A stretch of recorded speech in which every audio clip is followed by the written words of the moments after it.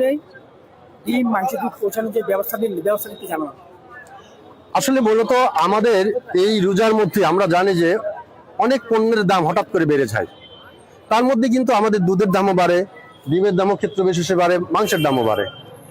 আমরা আমাদের প্রাণী সম্পদ অধিদপ্তরের পক্ষ থেকে অন্তত আমরা যে জিনিসটা তৈরি করার সেক্ষেত্রে প্রত্যক্ষভাবে জড়িত, সেটা হচ্ছে দুধ ডিম মাংস তৈরি করার ক্ষেত্রে, উৎপাদনের ক্ষেত্রে।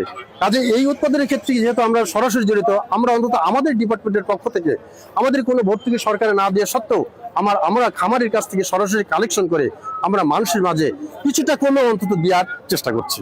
আচ্ছা, মাংস কত করে দিচ্ছি? ডিম মাংস আমরা দিচ্ছি আজকে 700 টাকা করে, আর ডিম দিচ্ছে 8 টাকা পিস, আর আপনার দুধ দিচ্ছে 80 টাকা লিটার। আচ্ছা, এটা কতজন গ্রাহক পাবে?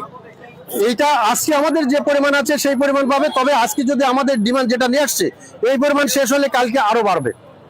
পাবলিক ডিমান্ড করে পাবলিক ডিমান্ড বলতে ফুলফিল ডিমান্ড তো আমরা এই করতে পারি। আমরা 10টা থেকে হয়তো শুরু করব যতক্ষণ পর্যন্ত আমাদের ওইটা বিক্রি না হয় ততক্ষণ পর্যন্ত আমরা চালিয়ে যাব। আর আমরা সেটা করব কুমিল্লার শুধু এই পয়েন্টে না, আমরা বাই রোটেশনে হয়তো আজকে এখানে করলাম, কালকে আরেক জায়গায় করবো, পরশুদিন আরেক জায়গায় করবো, যাতে বাই রোটেশনে আপনার এই সিটির বিভিন্ন এলাকা যেন আমরা কাভারেজ দিতে পারি আমাদের লিমিটেশনের মধ্যে থেকেও। আজকে আমাদের এখানে আমরা উপজেলা পর্যায়ের কোনো জায়গায় বিচ্ছিন্ন ভাবে করছে, তবে আমরা যেটা বলছি উপজেলাতে কন্টিনিউ করতে না পারলেও অন্তত সপ্তাহে 5 দিন যে ওয়ার্কিং ডে আছে অন্তত এই 5 দিন করার প্ল্যান যাতে করতে পারে আমরা সেই উদ্যোগটা নিয়েছি। দুধের দাম 80 টাকা, বাজারেও 80 টাকা পাচ্ছে, ডিমের দামও 8 টাকা করে। না ঠিক আছে, আপনার রোজার আগের দিনও আমি দেখছি এখানে দুধের দাম, আমি বিভিন্ন উপজেলায় গিয়েছি 80 টাকা দিয়ে পাওয়া গিয়েছে। কিন্তু রোজার দিনে আমি প্রথম রোজাতে কিন্তু অনুসন্ধান করেছি, আপনারাও জানেন হয়তো আপনি অনুসন্ধানে দেখবেন যে রোজার প্রথম দিন কিন্তু 100 টাকার কমে দুধ পাওয়া যায়নি, আমি নিজেও দেখেছি।